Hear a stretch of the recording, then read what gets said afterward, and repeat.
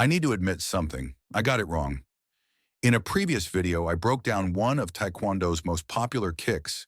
I showed the form, explained the mechanics, and taught it the way I was taught. And thousands of you watched it, practiced it, and trusted that instruction. But after speaking with Olympic-level coaches, national team trainers, and biomechanical analysts, I learned I was off. Not completely wrong, but wrong enough to matter. Enough to create bad habits. Enough to slow down your progress. So today, I'm not just correcting myself. I'm taking you inside what Olympic coaches actually teach. The real mechanics, the real standards, and the real truth about the kicks we all thought we knew. This video isn't about ego, it's about growth. And if you're serious about Taekwondo, you'll want to hear everything they told me. Let's dive in. Section 1, the wake-up call. It started at a training seminar hosted by two Olympic-level coaches from South Korea, Coach Hwang Tae-jin and Master Seo Min-kyu. These men don't just coach elite athletes, they build them. Their students go on to win international titles. So when they spoke, I listened. During a demonstration of the roundhouse kick, Coach Hwang asked for volunteers to show their form. I stepped up, thinking I had it dialed in. Chambered leg? Check. Good hip rotation? I thought so. Extension? Snappy. But after I landed the kick, Coach Hwang simply said, "Again, slower." This time he stopped me mid-motion. "You're turning your hip too early. The kick is starting from your knee, not your hip. And you're snapping the leg before your pivot completes. You're losing 40% of your power." It felt like getting hit with a belt of cold truth. I'd been teaching it like that for years. Section 2. Correction number 1. Roundhouse rebuilt. So what's the actual correction? The pivot must come first. Your base foot rotates a full 180 degrees before your kicking leg engages. This opens the hips and aligns the core. Your chamber is not just a lift, it's a loaded spring. Knee at midline, heel close to the glutes. Then comes the whip, but not from the knee, from the hip outward with the shin following like a chain. Coach Seo emphasized this. Speed is not power. Tension and release is power. Kick too early, and you kick with your shin. Kick at the right moment, and you strike with your core. I practiced it over and over. Slow, ugly, awkward. But eventually the snap came from a deeper place. A better place. And it felt right. Section 3, correction number 2. The sidekick mistake next was the yapchagi, or sidekick. This one I prided myself on. Solid heel impact, clean thrust. But again, the coaches saw something I didn't. Coach Seo asked, "Why are you leaning?" I said, "To get more reach." He smiled. "You're not reaching. You're escaping your center." Boom. Another gut check. Here's what the experts corrected. The torso should stay upright, or at most tilt slightly. Leaning back throws off the skeletal alignment.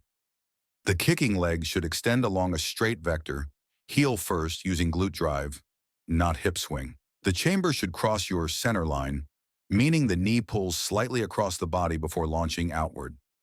Coach Hwang's metaphor? You are not swinging a bat. You are pushing a car with one leg. Straight, intentional, aligned. Once I corrected that, I stopped feeling wobbly.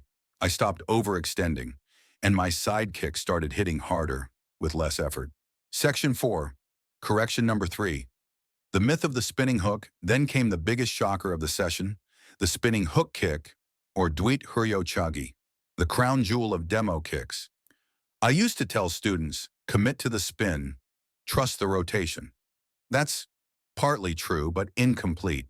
Coach Seo watched me throw the kick once and stop me cold. You're kicking before you've spotted your target. You're spinning blind. Here's what Olympic coaches do differently. 1. The pivot and shoulder rotation come first. Your body loads like a coil, eyes already hunting the target. 2. The rear leg lifts diagonally, not up, not sideways, but around the back in a tight crescent. 3. The heel leads. Always. If you slap with the instep, you wasted the spin. I asked Coach Hwang why so many students, especially in the West, struggle with this. His response, they learn the spin for speed. We teach it for timing. There's a big difference. Section 5. Correction number 4. Front kick done right. Let's rewind for a moment to the front kick, or apchagi. Basic, yes, easy. Here's the thing. I used to teach it as a snap kick, chamber, flick, retract. But Olympic trainers teach it as a chain of 3 mechanical links.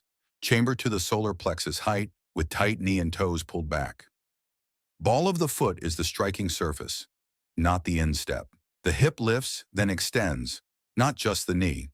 Coach Seo had us kick against resistance bands, timing our release after maximum hip elevation.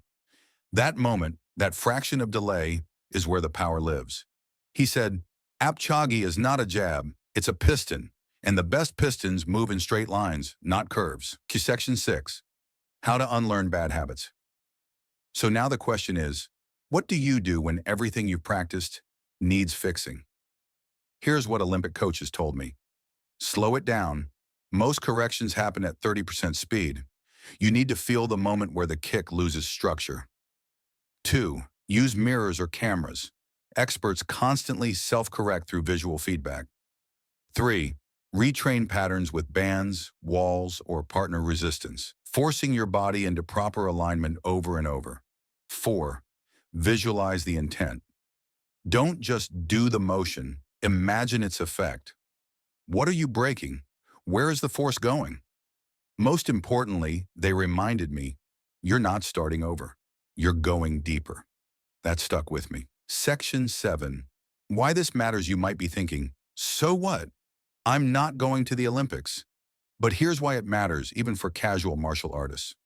Good form prevents injury. Every misaligned kick is wear and tear on your knees, hips, and spine. Good form means better results, faster. Why plateau when you could refine? Good form is respect. For the art, for your instructors, and for yourself. I used to think I had to be flashy, fast, and aggressive to look good. But the best athletes I've met, they look calm, precise, quietly dangerous. So here's my honest takeaway. I got some things wrong. I taught some things wrong, and I'm glad I did, because it opened the door to learning them right. I'm not here to pretend I'm perfect. I'm here to grow, and help you grow too. If you've watched this far, you're clearly someone who cares about doing it right. So I challenge you, go back, rewatch your own kicks, break them down, compare them to what you've learned here. And if you're willing to unlearn a little, you might just unlock a new level in your training. Thanks to Coach Huang, Coach Seo, and the entire Olympic training community for sharing their wisdom. And thank you for staying curious, humble, and hungry.